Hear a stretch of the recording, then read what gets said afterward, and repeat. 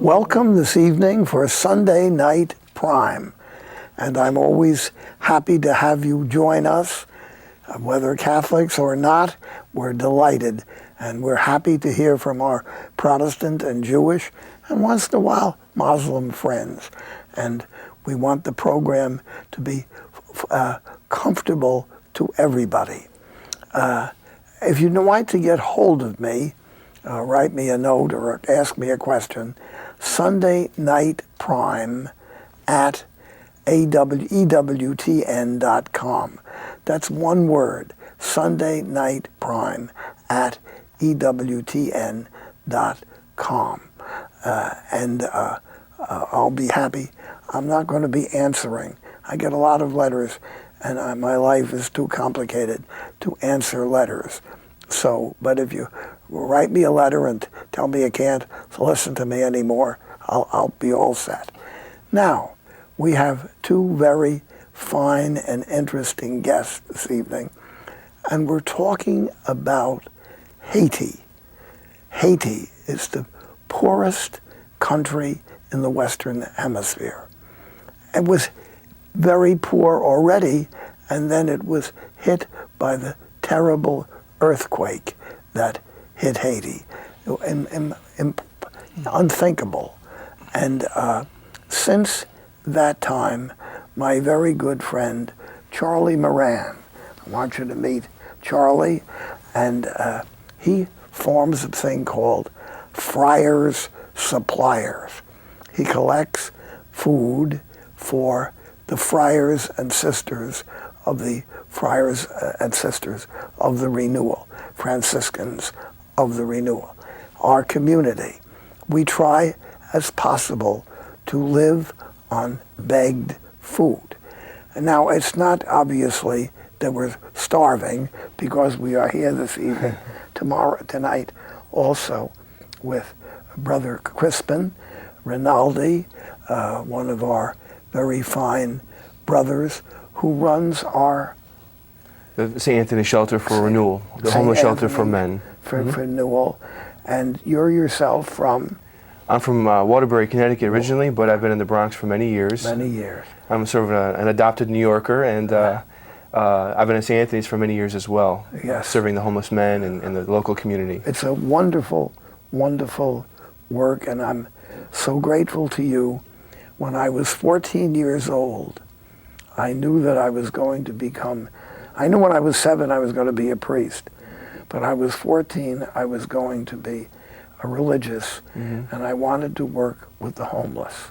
And indeed, thanks be to you gentlemen that I do that. Unfortunately, the Archdiocese has got me giving retreats. But we have a place, I have a place for homeless fellows too.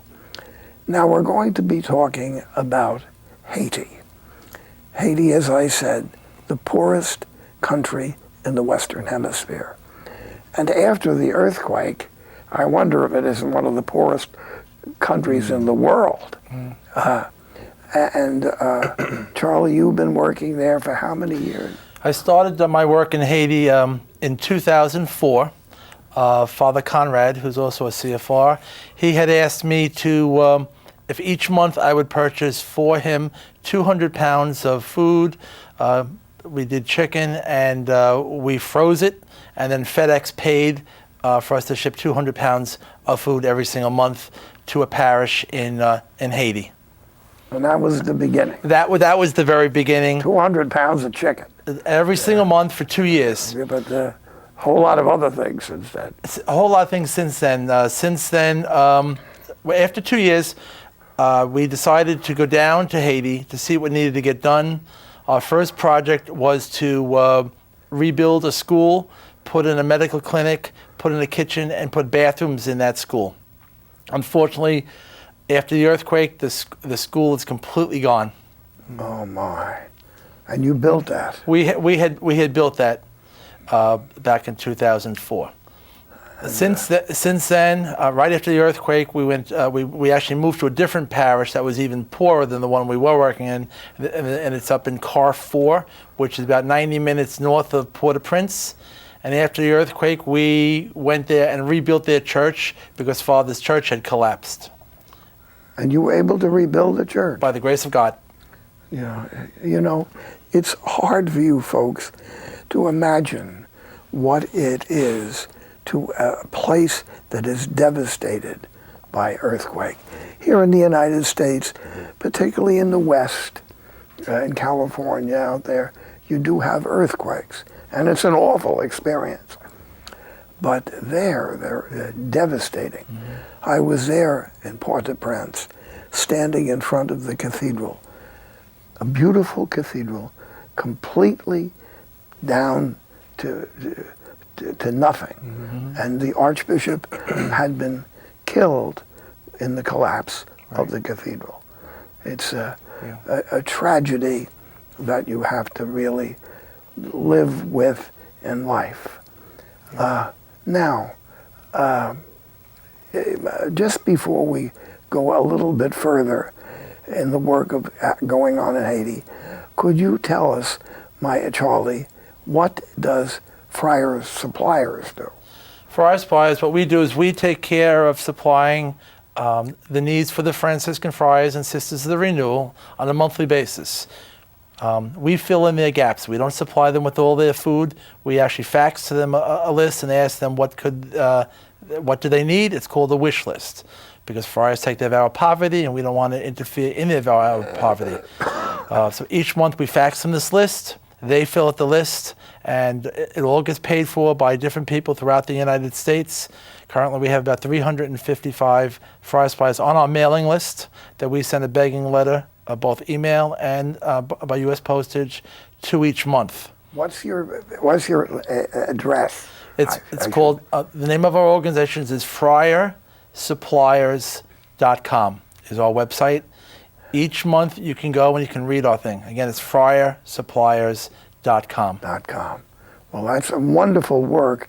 And the friars and the sisters, who now, with almost 130 friars and almost 40 sisters, 35 sisters, it's a lot of people. And we try as best we can not to buy food, but let people give us food. Beg for food, which was the goal of St. Francis. Right. That exactly was the original goal of St. Francis. And now, we're talking about the wonderful work there in Haiti. First of all, tell me a bit.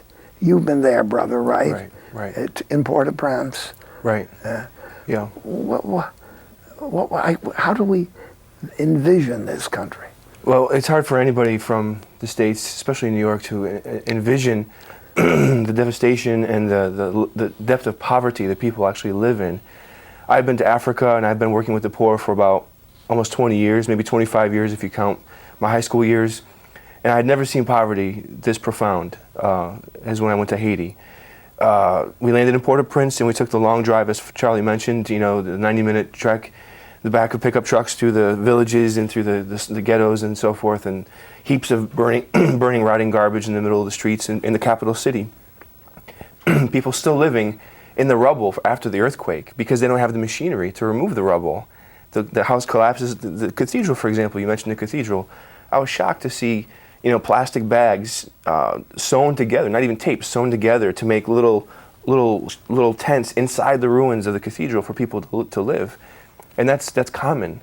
Even in the capital city, it's hard for us to imagine that devastation. In the country, in the village where we serve, our main project last year was to build houses. One of the projects, we built, I think, 90 houses, right? Yes. 90 houses, And to build a house, we had to destroy the old house, and that wasn't very difficult because the houses people were living in were basically branches and pieces of scrap metal stuck in the ground with bags and ripped canvases from the UN workers somehow attached to these sticks. And it's unbelievable. We wouldn't allow our animals to live like this. And people live like this as a norm in these areas. And no lights, no sanitary conditions.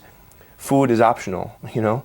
1 meal a day is not even guaranteed for most of these folks. It's incredible. It's a very beautiful country, but very, very rugged country as well. So farming is not easy. But thank God we were able to provide a little bit of relief and hopefully witness to the gospel with our attitude and our love for them.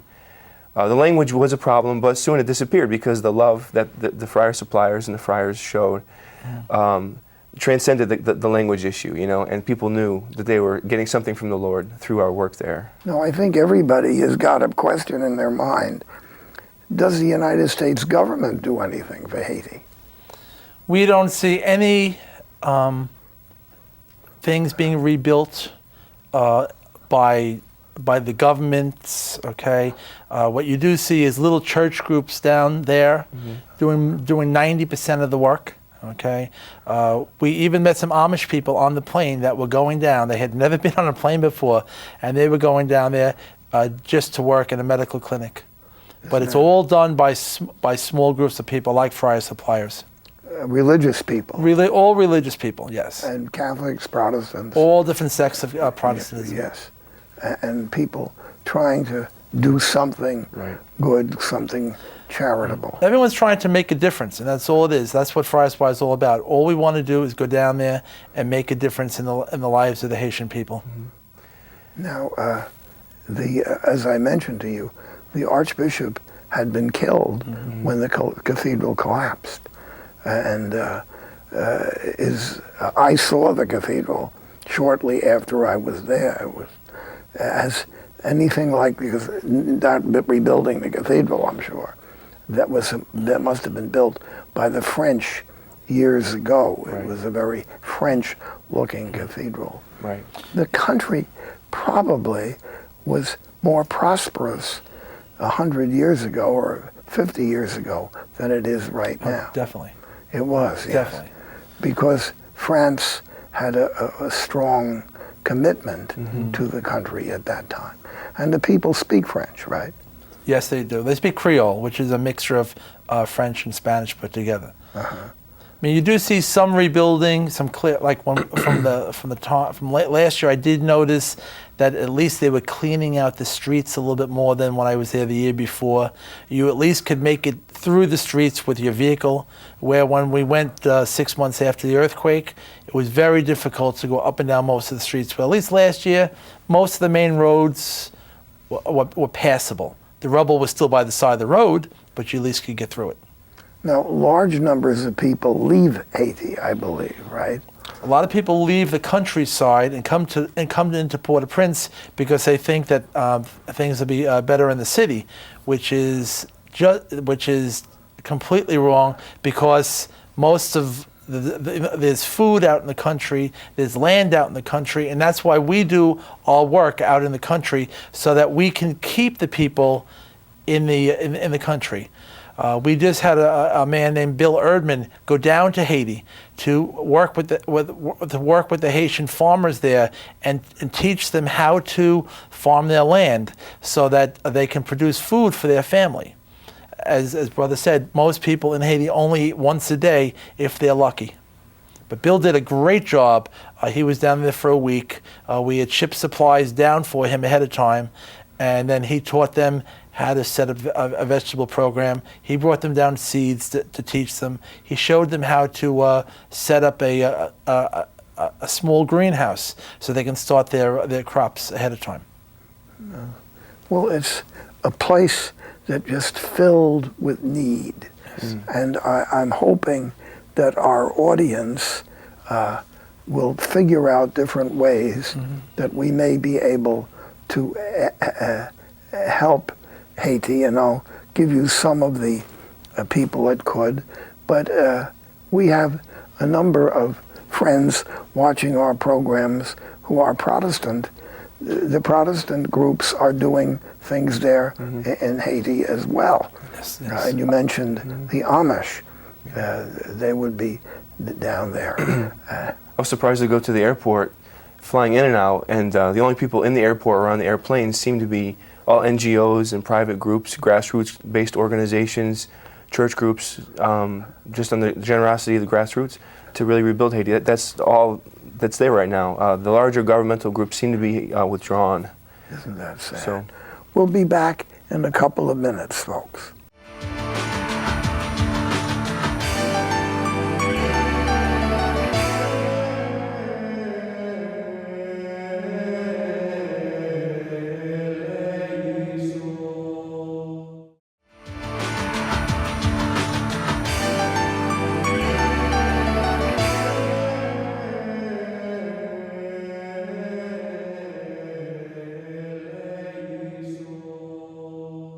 Now we've been talking, and I hope your audience not getting discouraged, because it's a very dark picture here in the Western Hemisphere. It's a very serious one, but every believer, every Christian, every Jewish person, every Muslim is watching this program and hearing it, that they should make up their mind to do something to work for this island of desperately poor people. And you were saying that at the airport, everyone coming in seems to be coming there to help the place.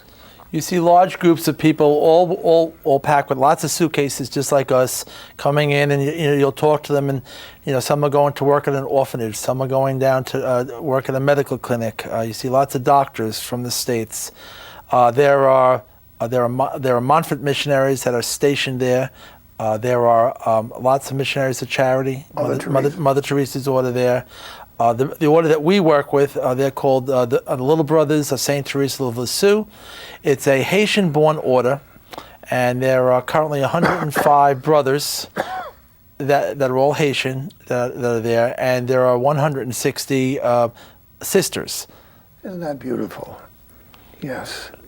And what's the total population of Haiti? I want to say 5 million people. 5 million people. So a lot of people into that little island. Right, yes, right. yeah. Right. And when I was there, which was some years ago, but right after the cathedral had fallen, when you go out into the country,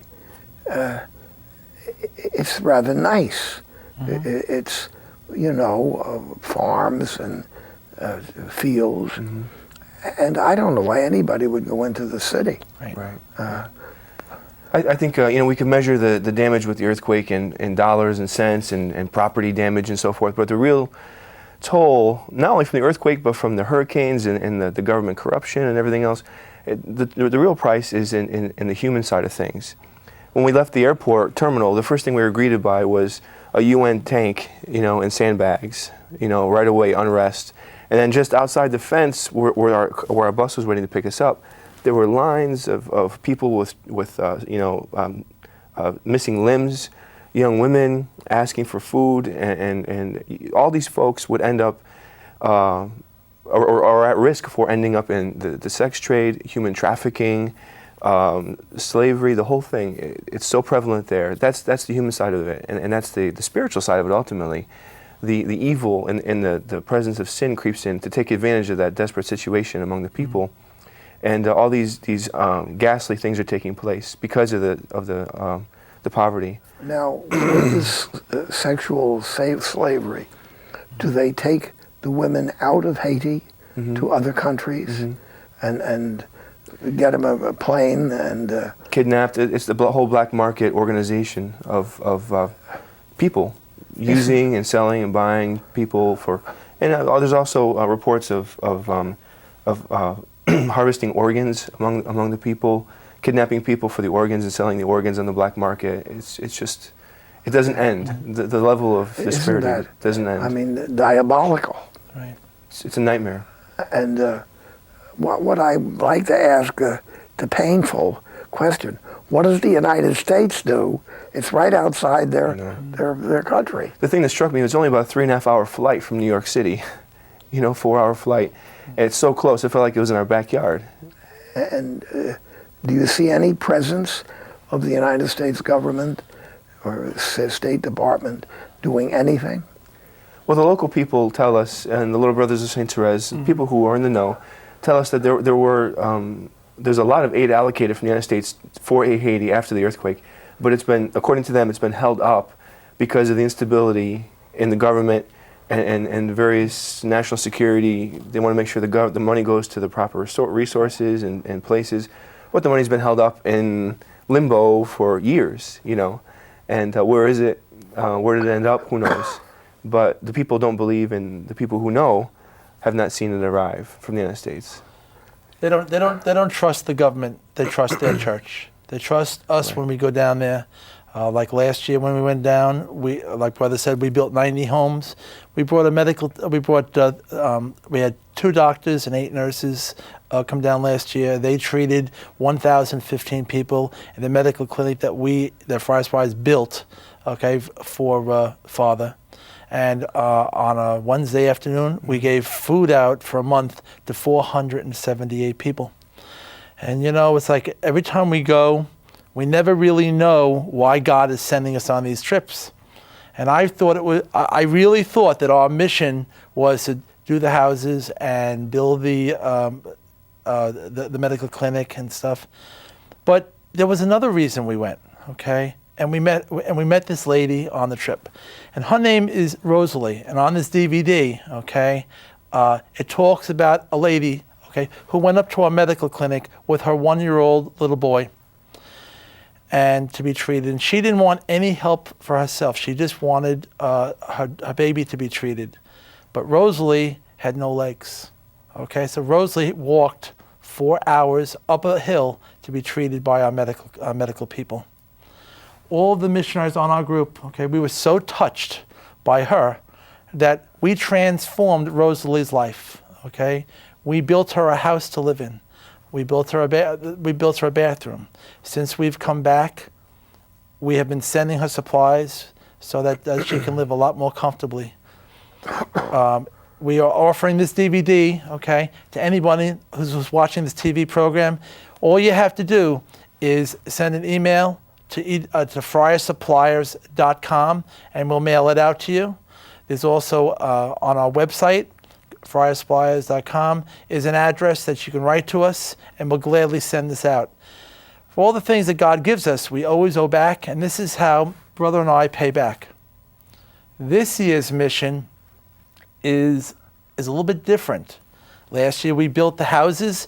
This year, because of the sanitation problems, we've been asked to go down and build bathrooms. Okay? By building bathrooms, okay, we can stem the cholera. Father's very fortunate so far where he has not had a lot of people come down with cholera, but that's what we want to keep away. Another aspect will be the medical mission that we'll be doing again this year. We have 3 doctors and 11 nurses coming down and nurse practitioners. And then we're going to start giving out a food supplement that's called Medica Mamba. Tell me about that. That's very interesting. Medica Mamba is a food supplement that is produced in Haiti, and its main ingredient is peanut butter. And it works very good stemming starvation from babies that are 6 months to 5 years. So for $65, we can keep somebody alive for 3 months. So we've been working with this company to supply us with how many we need to purchase. We're hoping to purchase enough Medica Mamba for 500 babies. Now, our friends, this is something I don't do on this program, what you're doing. It's against the rules. We're letting you give out your your address, and you could help. We generally do not do that directly on EWTN for good reasons.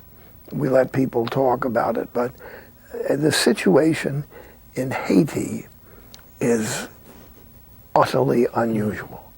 it's the bottom of the bottom. Right. And so, Charlie, I'm grateful that you, through Friar Suppliers, making this known. But I also want to say that a number of people watching our program have their own religious denomination, and they're doing something for Haiti. Right. They better be. Yeah. If they're not, send it to us. And I think you have said that you've seen a lot of people from different religious groups coming into Haiti Yes. to help. And the Catholic Church, of course, was, so to speak, the basic religion, Yes. although it was never firmly established because it had Haiti was under France, and the French Catholic Church itself was persecuted for 200 years. There was the French Revolution, and many times the French government was anti-religious. Not presently, but there were people in the past got guillotined. The church itself was poor and struggling in Haiti, much with missionaries, right? Missionaries of charity, Right. Mother Teresa and the Montfort Fathers, which is an order that was begun in France by St. Louis de Montfort, and their own diocesan priests from Haiti. God bless them. Right. You know, they stay on and work. And so I would say everybody watching this program, unless they're a Martian, if they're a Martian, I don't know, but whatever else you are, this is a place where your heart should speak to you. And everybody should be helping some people. Almost all Americans agree with that. Whatever religion they have, or even which they don't have religions. Americans believe that you help the other guy That's right. when he's in need. Right. It's a beautiful quiet quality of Americans. And we feel that responsibility to very poor people. Right outside of our gates is the poorest country in the Western Hemisphere. And I think it must be close to one of the poorest countries in the world. I'd say so. I think Yeah. so. Yeah. Yeah. It's interesting, Father, again, going back to our understanding of what's happening there, not even the basics of life can't be taken for granted. Water, bathrooms, Charlie mentioned bathrooms. Most Americans don't think twice about the bathroom, or indoor plumbing for that matter, and how much we take that for granted. It's not a given in Haiti. And when I was there and going into the villages, you see these troughs dug in the middle of these villages, and maybe 20 feet away, there's a mother nursing a baby, but that trough is actually the latrine for the entire village. And there's bugs and disease, and the stench is awful. We can't imagine that kind of living condition. People say, well, why doesn't she just get up and move? Or why doesn't she go apply for welfare? There is no welfare. There is no social safety net. And probably most of her family was killed in the earthquake or died or young. The mortality rate is horrendous. So these things we cannot take for granted, and we can't judge the poor and just say, help yourself get a job. That's not the case in Haiti. So if it isn't for the religious orders and the church, the Little Brothers of St. Therese of Lisieux, they have their finger on the pulse of the needs of the people. They get into the villages, the religious and priests, they get into the villages, they know the people, they love the people firsthand. They are the face of God to the people. And the people to us are the face of God as well. And we go there to meet Jesus in the poor. And they really are Jesus in the distressing disguise of the poor, as Mother Teresa said. Well, it's a very interesting thing to me that here in the New York metropolitan area, in different parishes, you meet a number of Haitian people. And they're obviously educated people, well-spoken, and they speak French, but now they have learned English well. The kids speak English. And obviously, they must have been the educated people in Haiti, and that's why they got out. And I couldn't blame them for doing that. I wonder how they got education. Many have very good education. Well, in Father's parish, he does run a school, and as long as you can find someone to sponsor you, okay, you can go to school. It costs about $25 a year to go to Father's school. Friar Suppliers takes care of all of the school supplies that Father needs for the school each year. We have people that donate stuff to us. And This is Father who? Father Leandri, who's the community servant for the Little Brothers of St. Teresa. I see. Okay, so he runs a school down there. Is he a nation? Yes. Native Haitian. Yeah, he's a native Haitian. And well, I hope each one of you will think of this need today, and we'll be back in a couple of minutes.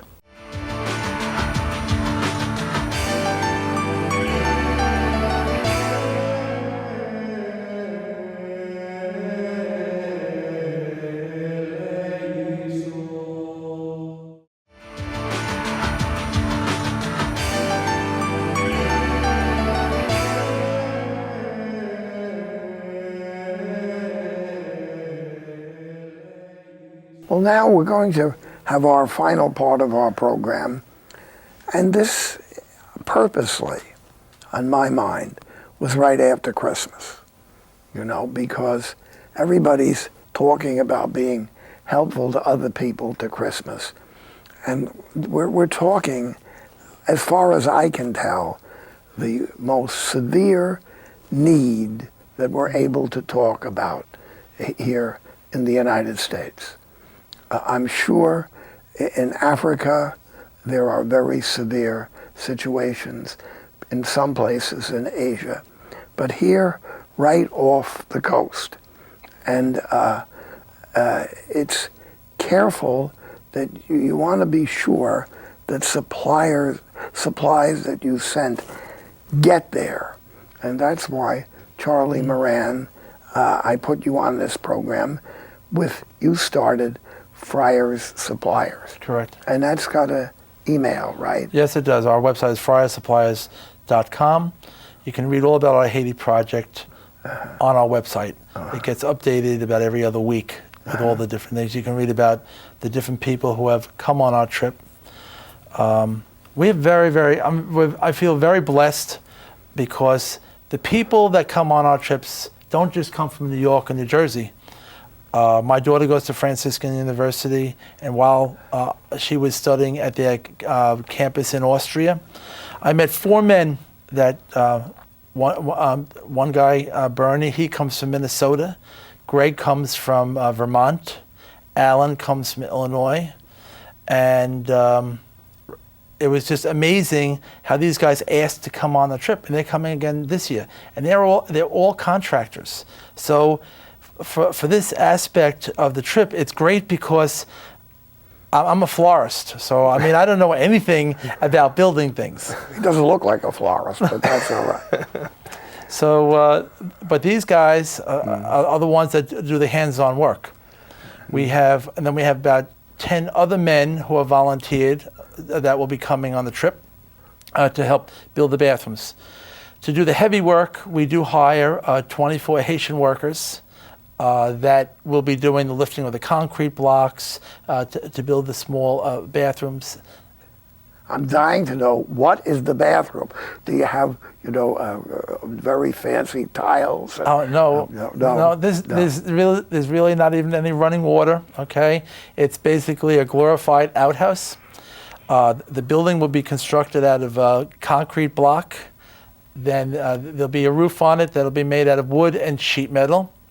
We'll have a door on it. One of our missionaries that's coming, his name is Ken. He's working with a company called Soil, S-O-I-L, and they are showing us how to build the inside part of the bathrooms, so they're very eco-friendly.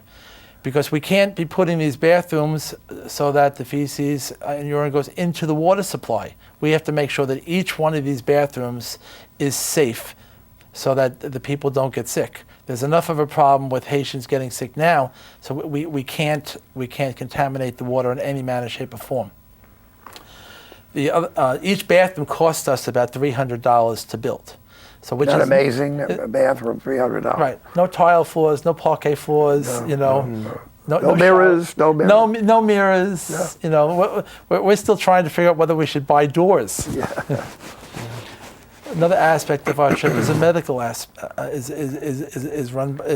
medical for our clinic, and our chief nurse practitioner, her name is Pat McTeague, and she has put together an amazing group of people this year to assist her in the clinic.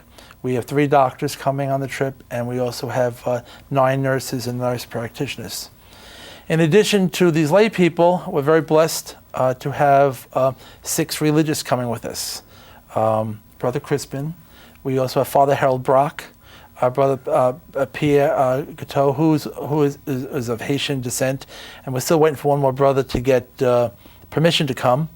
Then we have 2 Franciscan sisters coming, Sister Guadalupe and Sister Ann Cattery. Sisters of our community. Sisters of your community, yes. It's amazing that the one of the things that struck me so profoundly was the hand of God in who He sent on each trip. Providentially, we have exactly the people we need to do the projects we need when we need it done, and to serve the people. It's a very adverse situation. You're parachuting in, you're setting up a full-scale operation, and to put out do a lot of things, put out a lot of work, and you need someone who's really together. And every time God sends exactly the talents and the skills and the resources and the people to really excel and do very, very well in that type of environment. And the contractors, the lay people, the chemistry of the group is fantastic. We have a lot of fun. Yeah. We always have a lot of fun. Yeah. In addition to serving the people, there's a real sense of the joy of the Lord among the team every year. And I think that's, for me, that was just really a sign that God was with the work that you're doing, with your project, the Haiti project. So it's great to be part of that. Yeah, thank you. Yeah. Everybody has a sport. Okay, some people, everyone has a hobby. Some people it's sports. Mine is feeding people. Mine is trying to satisfy a need that needs to be taken care of. Because when I get up to heaven someday, God's going to ask me a question like, how did I serve the poor? And I really want to have a good answer for him. Well, I have to say, Charlie, part of the whole picture is that you're a florist. It's a long way from the florist, right? I have very good organizational skills, okay? I'm a very organized person, okay? And you have your own florist. But I own Evergreen Florist in Lindenhurst, New York. And that's what pays our bills, and that's what pays the overhead for Friar Suppliers. But that's, that's all details, and details in life don't really count. It's the end product. And when I go to Haiti and I walk around and I see these people, okay, their love just comes right through me. Our translators, we have 3 translators. One is named Joseph, the other is Franz and Fritz. And I feel very honored to have them as my friends, because here they have like negative no money, okay? And they'll work for a day and then they'll call me, okay, in New York just to say hello to me. And this happens like once a month from each one of them. They call just to say hello and thank me for the project that we did last year. They thank me for the house that we built for them last year. They thank me for employing them. I mean, Franz and Fritz have not worked at all since we left last January. The unemployment ratio is 90%. 90%? 90% of the people do not work. Oh my. No jobs, no infrastructure, no economy. There's no economy. When Friar Suppliers goes down there and we employ all these people, okay, they work very, very hard for us because they're thrilled to have a job. We treat them a lot better than most of the times that they can get work. We do feed them 2 meals a day. We make the meals coincide with Mass, so they have to come to Mass in the morning. Then we give them breakfast. Okay, then they start work. They're required to go to Mass on Sunday with us, and they just like working for us. I mean, and the motto of the whole trip all the time is "Praise be Jesus Christ, now and forever." There's a hill, a famous hill that we have to work on. Everything is based at the Little Brothers of St. Therese. That's the base camp for all the supplies, and that's where we dorm, and that's where we have a lot of our workshops and things. But we have to truck everything out to the villages on our back, tools, materials for 90 houses. Everything on our back. There's a hill called Purgatory Hill. We nicknamed it Purgatory Hill. So you're dragging these 2x4s and these roof trusses up to Purgatory Hill in 95-degree weather. Praise be Jesus Christ. That's our battle cry. And the other guys go, no, forever. So it's kind of a... Now, this all started Waterbury for you, right? Yeah, we have our hills in Waterbury, too, so that was a good preparation. Brother, would you tell the folks a little bit about your background? Well, I was born from an Italian Catholic family, probably one of the end of the Italian migration wave, Rinaldi. Rinaldi, yeah, see.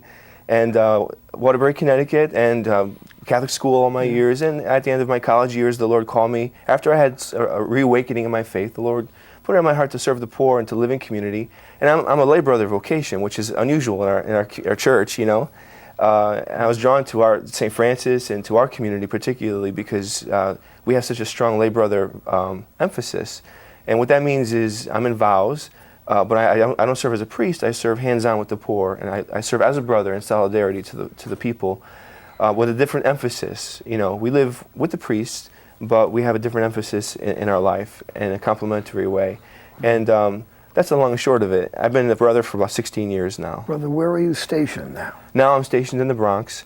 I'm director of the St. Anthony Shelter for Renewal, as I mentioned, and it's a great place. I love it. It's an incredible work of God. Explain what the St. Anthony Shelter is. The St. Anthony Shelter for Renewal is a homeless shelter, overnight homeless shelter for 35 men, and it's a walk-in basis. When they come in, they stay clean and sober, comply with the rules. They can have a bed with us for 6 months straight, and we take all kinds of folks in. People are astounded by how little credentials we want them to have when they come in our front door. If they have a heartbeat, if they could pass a drug and alcohol test, if they're compliant, you could stay. And a good many men get a place to live. Yes. To get a job. Right. And see, if they're in the street, they haven't got a job, they haven't got a place to live, right. They can't go anyplace. Right. But if they can get a place to live with us, right. get a job, right. a basic job, right. and then right. save up a few dollars and get themselves a room. Right. Well, it's basically a school of love. St. Anthony Shelter is a school of love. The brothers and the sisters and the volunteers come together. We form a community, and we, as Mother Teresa said, we love them back to life. Every day they come back for 6 months, and they find a family they come back to. And you can see the grace of God working through that albeit temporary, but a real family at the shelter. And you can see, again, the grace impacting their lives and renewing them, and guys finding new life through that. And it's so strong that it helps them to overcome addiction, overcome wounds, and begin to rebuild the life that was crashed by the culture of death that they were formerly involved in. I'm so pleased that Brother has been explaining to our audience what is a religious brother. Years ago, people were quite familiar with teaching brothers, the LaSalle brothers and the other Christian orders brothers. of Christian brothers. But unfortunately, there are not large numbers of teaching brothers anymore. Right. And then the lay brothers, we've always had lay brothers. St. Francis was a lay brother. Yeah. Right. And, but people in this country did not know lay brothers. They did in Europe. And the first saint of our community, the Capuchins, St. Felix, was a great character in Rome. He couldn't read or write, but he knew everybody, and everybody knew him, right? Right.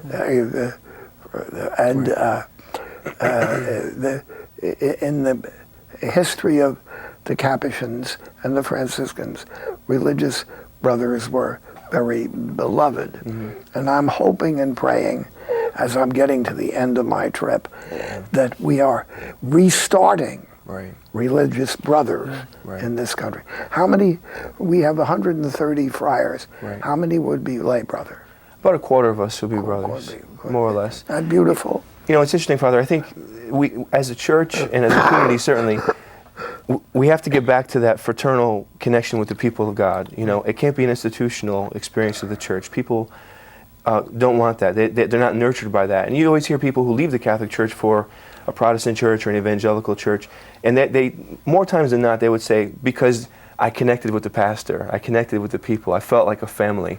And that's necessary to transmit the gospel. That experience of fraternity within the church community is very, very important. We have to get back to that. We have to really get back to knowing and loving the people individually as religious and priests.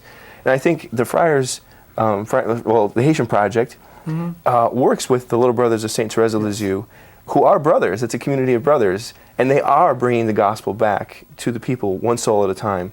And we work with them for that exact reason. They're all brothers. Yeah. There's no priest. Yeah. So we work with them deliberately because the mission of the Haitian Project is exactly that. The one-to-one love of the people, care of the people, with the medical clinic, with the school, Right. building of the houses.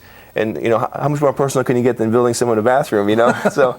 So and that's what we'll do next year. Yeah. So it's all about fraternity. And I hope our friends out there, especially the priests, would really consider not the spiritual fatherhood, yes, but also the fraternal aspect of their priesthood, which is very, very important for the people. Well, I would say in our little community that started only 25 years ago and which came from the Capuchins, and we had hoped to be a subdivision of the Capuchins, but that didn't work out. But we wear the habit of the Capuchins, but gray rather than brown. And we pray to their Blessed Mother as our patron of the Capuchin order. And when I was a boy, the great Capuchin known in the whole world was Padre Pio with the stigmatic.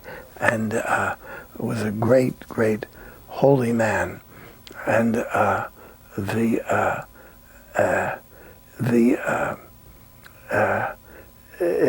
we're hoping as our little community grows, it's grown very quickly in 25 years from how many of us, 8 of us now, 130 with the sisters, another 40 sisters. And we're growing. And I want to make a point here. Religious life works, but you got to do it. Unfortunately, there are many numbers of religious communities of women and men disintegrating. They technically exist. They don't live together. Maybe they get buried from the mother house, but maybe when they retire, they may be out to the mother house. And I think it was a gigantic mistake to give up religious garb. Right. When we started, we made our mind up that we would wear our habit all the time, which priests do not do in the United States. And we asked Cardinal O'Connor, who was our founder, could we wear our habit all the time? And he said, what would you read other than that? So, and many people now in New York are very familiar with the Friars. And not only Catholic people, but others come, oh, aren't you those guys in the Bronx? You know, get that all the time, you know. And then they all know Friar Tuck, you know, from, what's his name? Robin Hood. Robin Hood. Well, brother, we're so happy here. And with Charlie, you have done a marvelous job for a florist. You went a long, long way from the florist business. And I congratulate you, and I ask you folks, please support Charlie's work there.